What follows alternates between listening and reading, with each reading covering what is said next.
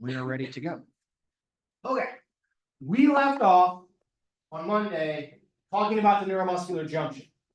Okay, we covered neurons in the brain, neurons in the spinal cord, alpha motor neurons, especially, are the things that are going to connect the central nervous system through their axon down to individual muscle fibers. Right, so the axon has come out. We're here. We're going to have this sort of bulge out structure called the Bouton on the nerve side, folds here on the sarcolemma, increasing surface area. So let's talk about some of these primary structures that are going to be here. Okay, this is one of the key places, one of the key steps in getting from the brain and the nervous system to send the signal out and tell the skeletal muscle to contract or to relax. So we need to understand all the things that are going on here. Okay. So we're going to see something that we're going to call the primary cleft, or the primary neuromuscular cleft. That is this area right here. Okay. Immediately distal to or under the nervous system side. Okay. That's the primary cleft. It is about 70 to 80 nanometers, so it's very, very tiny. This illustrates, though, as we said on Monday, there is not direct contact. There's no touching between the end of the axon and the muscle fiber. Okay, which is kind of weird, but that's how it's set up. The secondary cleft, or the secondary neuromuscular cleft, is this. The folding that occurs under the junction on the sarcolemmal or the muscle side. This is the secondary cleft here. Okay. Just like in our intestines, we have folds to increase surface area. This is going to help us increase the fidelity of our signal. Okay. More surface area means more places to put these little green structures that you see in here. Okay, these are receptors for the neurotransmitter acetylcholine. Okay, for the neurotransmitter acetylcholine. More surface area, more receptors.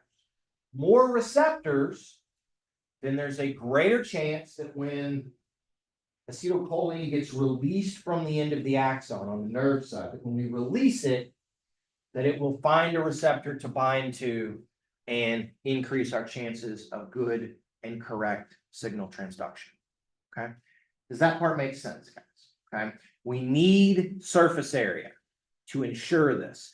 The other thing that it does by having lots of receptors is we can release a very, very small amount of acetylcholine and feel confident that most of it is going to find a receptor and bind and transmit our signal. Okay.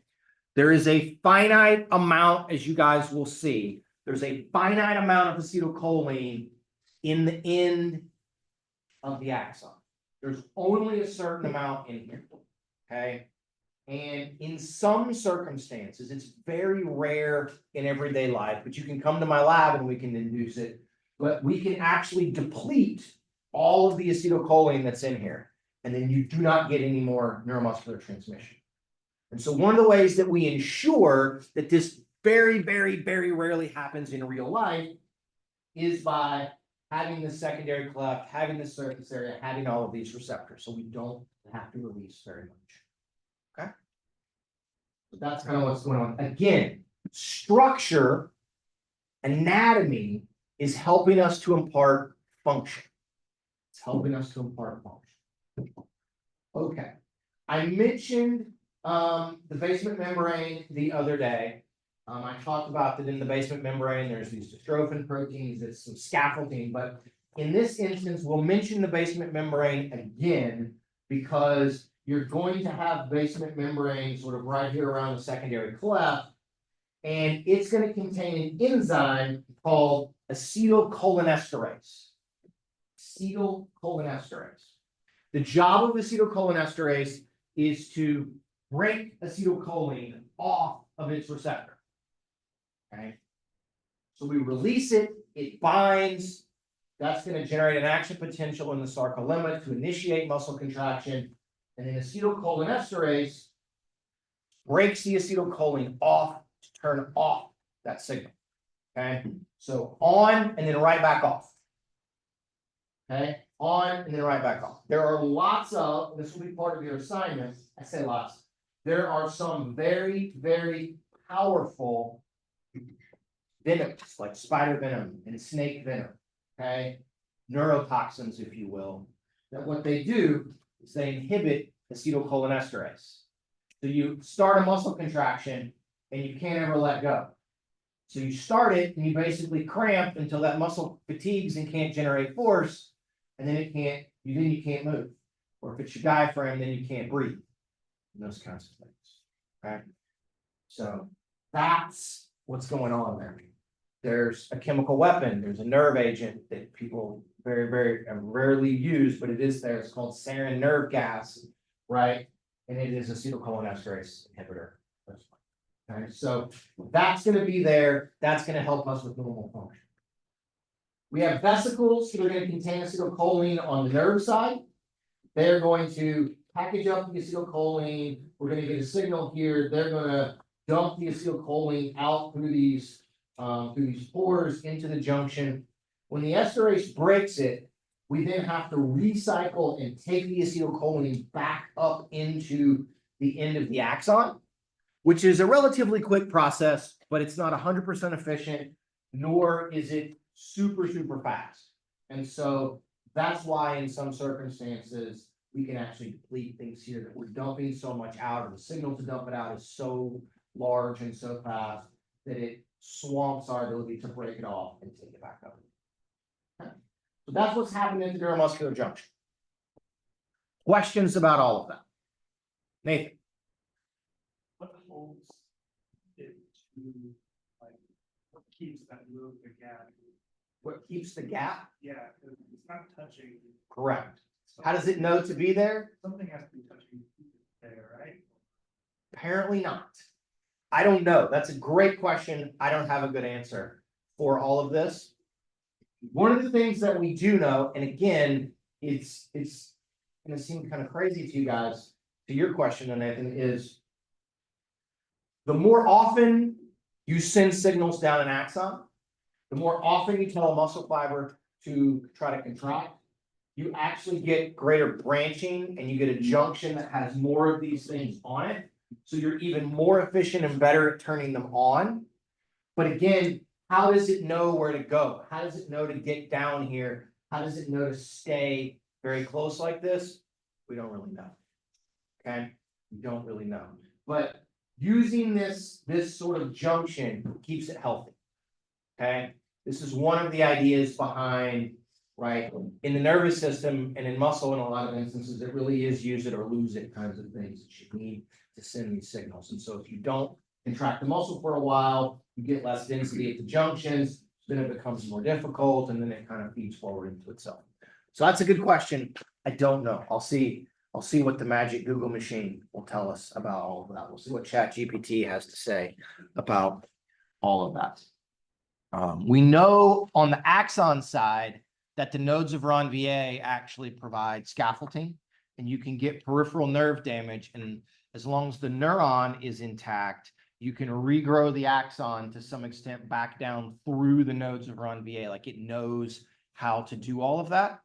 And exercise is actually really, really good at helping to guide those things down through there and everything. I can tell you guys some stories about a buddy who did some research on all of that. But why it doesn't touch at the junction, I don't know. It's a good question. Okay. So we introduced this on Monday. We introduced the concept of a motor unit, right? And that here's the muscle. Here we are in the spinal cord, right? Here we are in the ventral horn. Here's our alpha motor neurons. Here's their axon coming out. And this one motor neuron, as you can see here, is connecting to, let's just say, 3 muscle fibers. That's one motor unit. This adjacent motor neuron is connected to 1, 2, 3, 4, 5 fibers. Okay. So these would be individual motor units. Okay, the neuron and each fiber, the collection of fibers that they're connected to. This is the functional unit of the neuromuscular system. Okay. Motor unit size can vary greatly between muscles. In small muscles, like things in your eyes, very, very tiny muscles in your body, you may have 10 to 20 or 30 fibers in a given motor unit. In the large muscles, quads, glutes, okay, lats, things, those very, very large muscles, you may have several thousand fibers in a motor unit. So here's a relatively smaller one on the left, a somewhat larger one here on the right. Okay. The ratio that we see, the number of fibers that are in a motor unit affects the precision or fine motor skills that we're going to be able to have. Small motor units, as you guys will see, allow us to increase or change force production by very small amounts. Okay. This motor unit, when this neuron gets turned on, all 6 of these fibers will turn on. When this one gets turned on, all however many of these there are, all 20 or something of these are going to get turned on. More actin myosin in 20 fibers than in 6. So they're all going to get turned on. All of these cross bridges are going to form. So this one's going to give us a lot more force than that one. Okay. And so as you will see in the coming slides, when we need to recruit, when we need to turn on muscle, we go one motor unit at a time.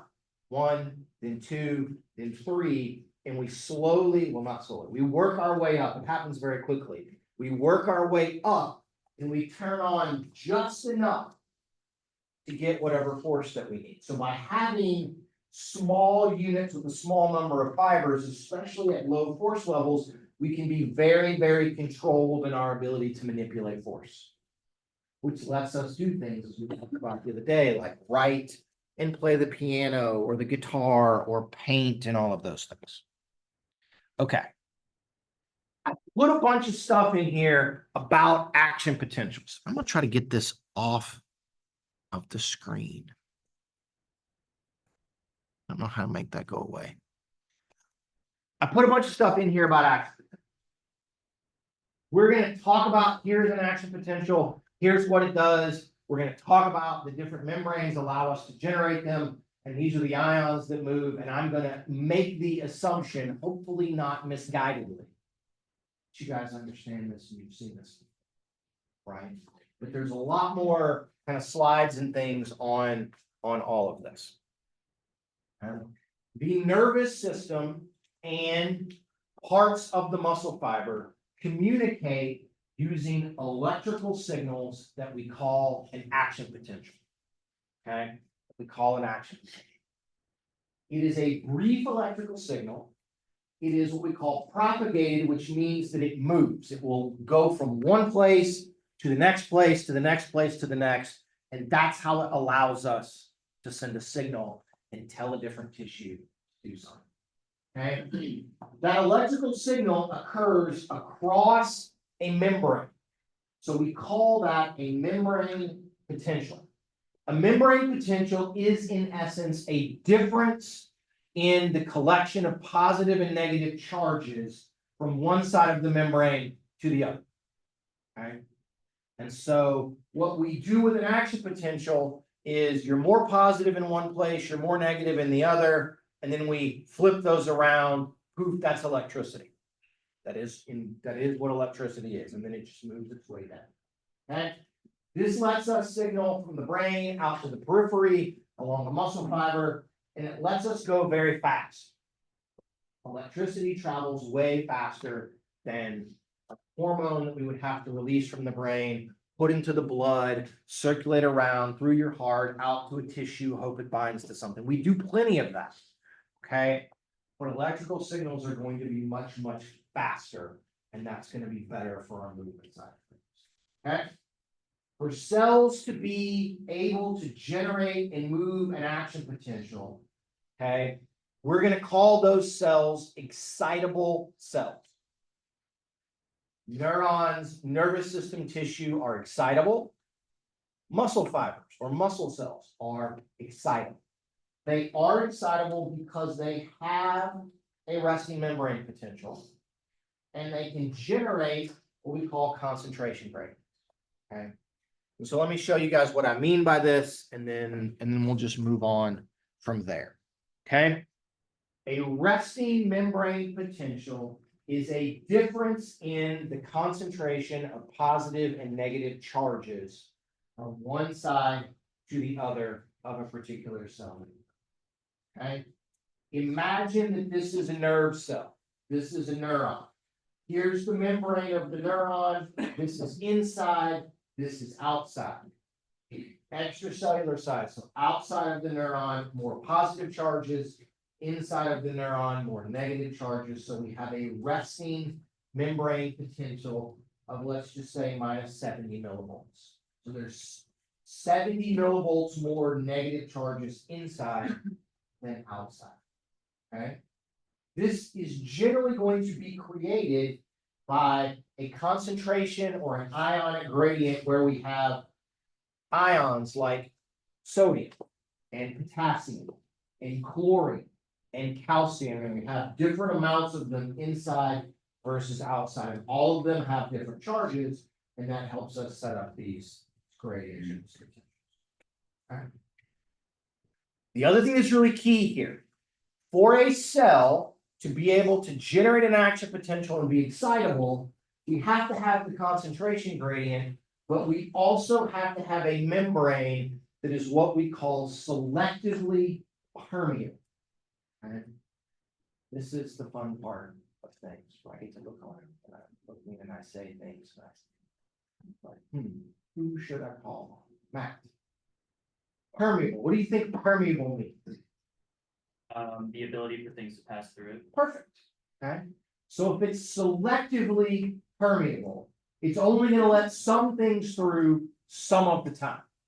And so excitable cells have a selectively permeable membrane where it will let ions pass through only some of the time. And we're going to have some control over that. That's how we're going to manage to generate these changes in potentials. Okay. All right, this is going to be the end of this, and then we're gonna move on. Okay. In muscle fibers and in neurons, primarily we have high concentrations of sodium outside the cells compared to inside. Okay. High sodium out, low sodium in. High potassium inside, low potassium out. Okay. Relatively high chlorine on the outside, low in, and then there's these differences in calcium that are going to be here. But the really big ones are the differences in sodium and potassium. Okay. And so high sodium out, high potassium in. When we generate an action potential, we are going to get a signal, and it's going to tell the membrane to open these gated sodium channels. And a sodium channel opens, and it creates a doorway or an open window through which the sodium can move from high concentration to low concentration. So we're more negative inside, sodium rushes in, it becomes more positive. We've now flipped our membrane potential. That's a charge, that's electricity. Okay. Then we're going to have to pump the potassium back out to repolarize it, and then use the sodium and potassium pump to switch the potassium and the sodium back around so we can get the sodium high on the outside again and potassium low. Okay, that's how all of this works. All of this happens thousands of times in a second. Okay, and so in some instances, though, in some locations, our ability to open and close these channels at the correct time can become impaired, especially during exercise. Okay, especially during very high intensity exercise. And that can lead us to decreases in force production because we can't transmit signals. Usually not a problem in the brain, usually not a problem in the spinal cord or anywhere in the axon. It's mostly going to be a problem in the T tubules for all of this. But that's how we're gonna move these things, okay? If you care, right? This is an action potential sequence. That stuff is on there. You guys should have seen all of this, right? We get a threshold potential. It fires. We then repolarize. We get a little bit of an overshoot or hyperpolarization, and then it gets back to normal. Okay. This is just going to show if you're a person like me. I've been reading some of your things. A lot of you guys talk about you do good with visuals and all of that. Showing in red, here's when an action potential is generated. You can see this is what we call sodium conductance and potassium conductance. Conductance in this just means the sodium is moving in or it's moving out. The potassium is moving in or out. That sodium moves in, that generates our action potential. Then the sodium stops moving. Then the potassium takes over and it moves a little bit delayed. That's going to bring us back down then and help us to repolarize in that particular way. You can lay all of this stuff over each other. My assumption is that you guys did this in human physiology to some extent. Some of y'all are nodding your head. Some of y'all are like, oh God, I blocked all of that out. I don't know. Okay. So just be thankful that you're not a biomedical engineering major. It's a class called quantitative physiology. And it is all of this, but you just figure out the math behind this. Why does it move and why does it go this fast? There's math that governs all of this.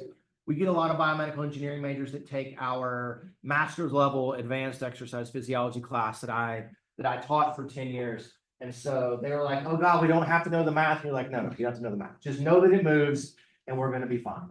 Okay. So life could always be worse, right? Could always be worse. So I think the class in here after you guys is calculus. And I loved calculus. I love math. Math just for whatever reason makes sense to me. Numbers always work. So that way chemistry works. It's just math. Physics works. It's just math in some ways. Electricity, not so much because it's all backwards. I don't understand. You might have had physics too. Or yeah. Electricity, magnets, where shit is all flipped around. Velocity, acceleration, angular things. That makes sense. The math works. You can see it. In electricity, it's all backwards. So anyway. Okay. So we've got this. Boom, boom. We're talking about things moving. Okay. This is going to be part of your assignment for next week, but I'm going to try to break all of this down, okay, step by step, so you all can understand what is happening.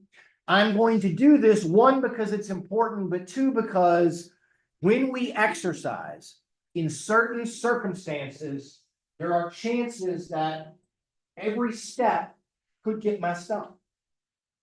And if any step gets messed up, guess what happens? No signal from the brain to that muscle. That muscle then, or that fiber, can't generate force, which can have performance consequences. I can't run as fast. I can't jump as high. I can't lift as many weights, right? Or if, say, I'm a person who has had a stroke, or I'm a person that has Parkinson's or MS, and some of this stuff doesn't work and you're trying to rehab me, it means it's not about running. It's about, can I lift my arm up? It's about, can I talk? Can I write? Can I do any of those things? And so if we understand the sequence of events, it can help us to better understand where there might be a problem. Is this working? Is that working? Which lets us target training and rehabilitation and sort of interventions in that particular way. Okay. So that's why I think it's important that we know all of these steps, not because I'm some evil person who loves a signaling pathway. I am that person. Okay. But there is this kind of broader concept. So if you imagine the brain generates an action potential, it travels down the spinal cord, right? It reaches the alpha motor neuron. It then travels through the alpha motor neuron, down the axon, into the bouton or the end of the axon that's at the neuromuscular junction. Action potential comes here, and then a weird thing happens. Told you guys, electrical signals are good. They're fast, okay? When we get to here and we stop using an electrical signal. These things right here, okay? These kind of light purpley structures here are voltage-gated calcium channels. Voltage-gated means they open and close based upon what the membrane potential where they're located is going to be. So when the action potential reaches these, it changes the membrane potential. These channels open and let calcium come in from out here into the end of the axon, into the gluton. So we've gone from an electrical signal to a physical signal.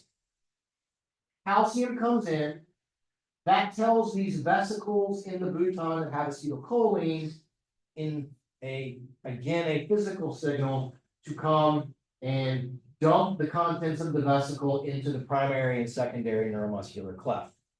Okay? Physical signal that is acetylcholine into the junction, binds to acetylcholine receptors.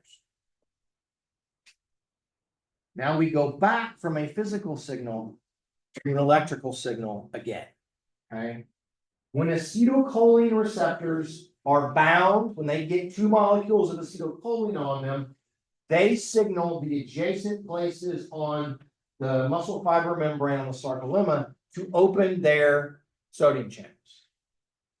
So sodium opens, sodium comes in. We now have an action potential on the sarcolemma. Okay? Electrical signal down, physical signal with calcium, physical signal with acetylcholine, now back to an electrical signal. Okay? That's never really made sense to me. Why is it not just electrical all the way? As Nathan pointed out, why not just touch and electricity all the way down? I don't really know. Okay? Obviously, it works very well for us, but that's what's happening. Okay? When we get an electrical signal here, we sometimes call that an end plate potential. Don't worry about knowing that it's an end plate potential, is it a motor plate potential or something, but that initial action potential here, okay, is going to be generated. We then use acetylcholinesterase to detach the acetylcholine.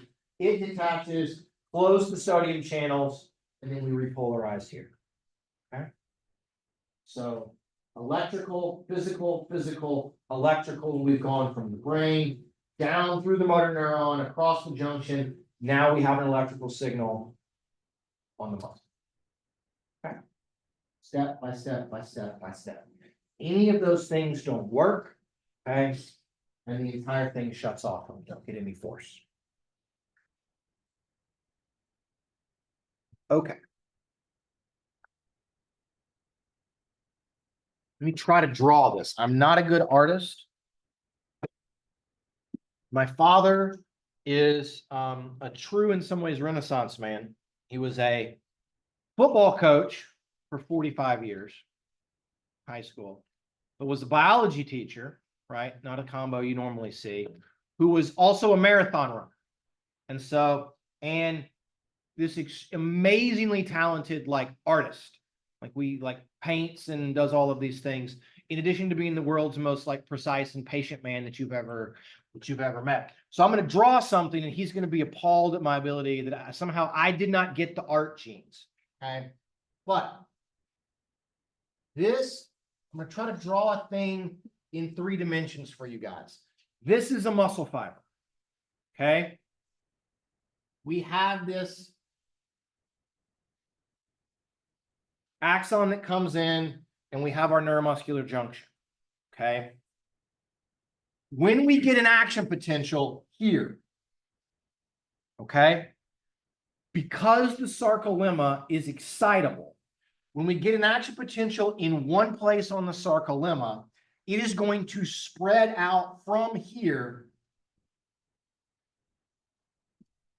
basically in every direction that it possibly can. Okay. So you can get one action potential generated at one neuromuscular junction on a muscle fiber and can theoretically then lead to every piece of the sarcolemma generating an action potential eventually. Okay. And it's going to spread out as it moves. And again, I apologize. I'm going to draw this up here so you guys can see it, but they're going to be sort of interspersed all over the place. There are these pores, right? And those pores are connected to a T-tubule.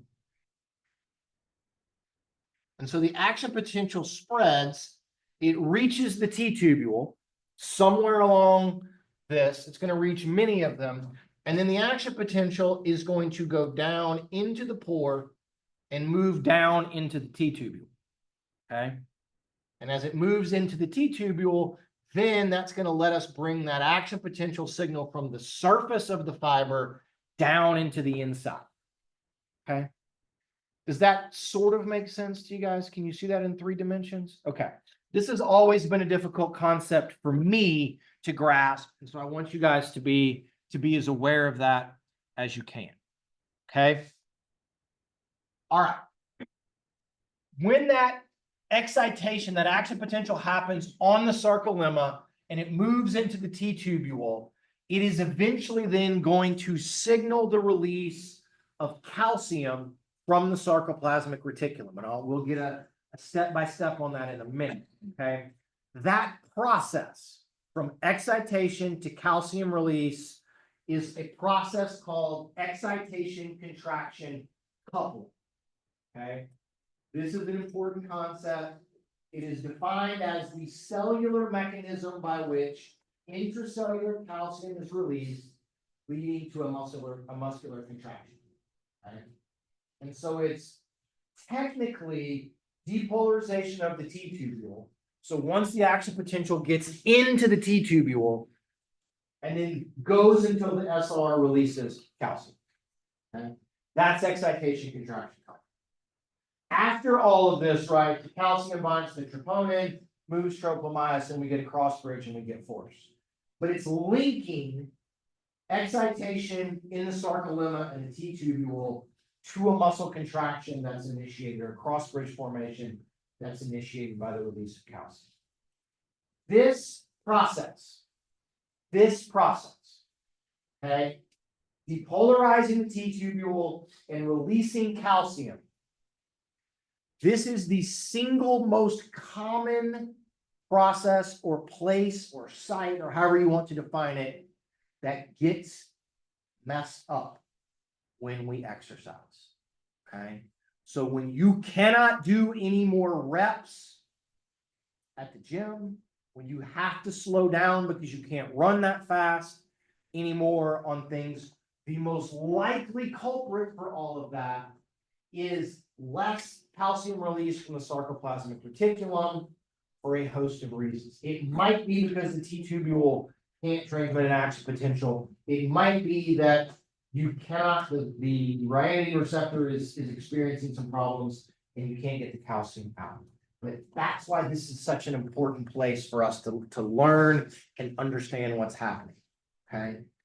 If I had all of you guys stand up, I did a thing once, many years ago, where I had everybody stand up and put their arms out like this, and I told the people that whoever could put their arms out and hold them, they're the longest, would get 5 bonus points on their test.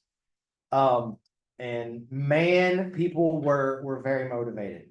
By the end of all of that, though, we had messed up excitation contraction coupling very much. That's why we're gonna emphasize this particular pathway and things that are going on. Okay. So here's all of this kind of on one slide, looking at the actual kind of cellular sites and receptors on one side. On the left, this is the neuromuscular junction.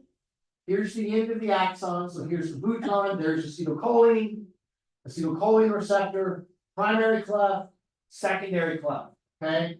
Acetylcholine binds, you see sodium moves in, action potential on the sarcolemma. It is then going to move out in all directions, and it is eventually going to reach and come down a T-tubule. So this, on our right side here, this place looks like a beaker that comes down in yellow. This is a T-tubule. Action potential along the sarcolemma, down the T-tubule. Remember from the other day, in the T-tubule, we have a receptor called the dihydropyridine receptor. It is voltage sensitive. What that means is when an action potential reaches the DHP receptor, it turns it on. Okay? DHP is connected to a receptor on the sarcoplasmic reticulum called the ryanodine receptor. And DHP opens ryanodine, and then that allows calcium to move out of the sarcoplasmic reticulum to then help us initiate cross-bridge formation. Okay, that's why you need to know DHP and you need to know ryanodine. Impairments in the ability of the T-tubule to transmit an action potential is probably the single most common form of fatigue that we're going to get. So you lose because the tubule is so small, you can't repolarize here. So you get your sodium and potassium gradients messed up. So you basically cannot continue to turn the DHP receptor on, which then leads to ryanodine staying closed and calcium not being able to get out. This is excitation contraction coupling right here in a nutshell. Okay, this is the same thing. It's showing the same kind of a deal, but it's also then got the downstream step of what happens with the calcium. Calcium binds to troponin, moves tropomyosin, which then lets myosin bind on to actin and get a cross bridge and get force. Okay. So it's got all of those things kind of there and pictured together. Okay. This is showing again the same sorts of things. I have lots and lots of pictures. They're all showing the same things. Okay. Questions? Comments? All right. We have 5 minutes left. Here's what I want you guys to do. Okay.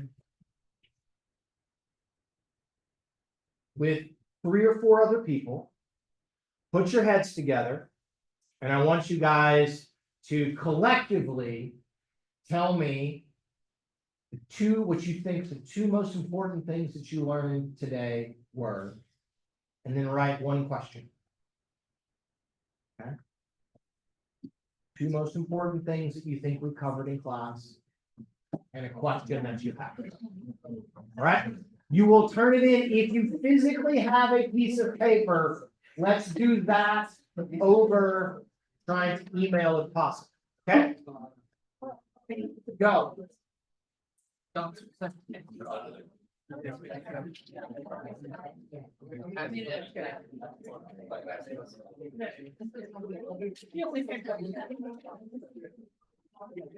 Valerie, I've heard about you. You exist. You are an entity. So.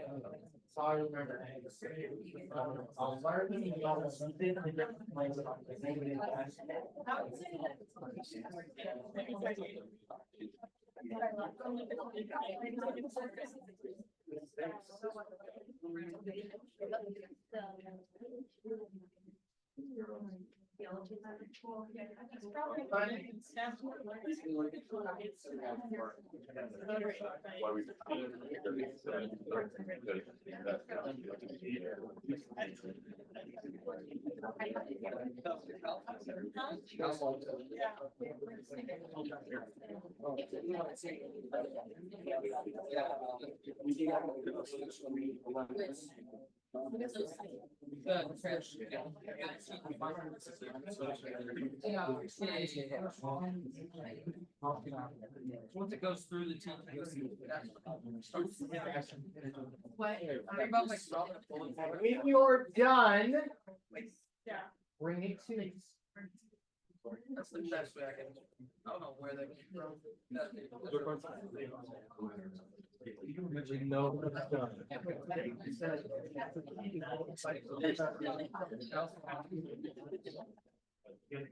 Wait, what happened? See, good use of things. Then it'll be.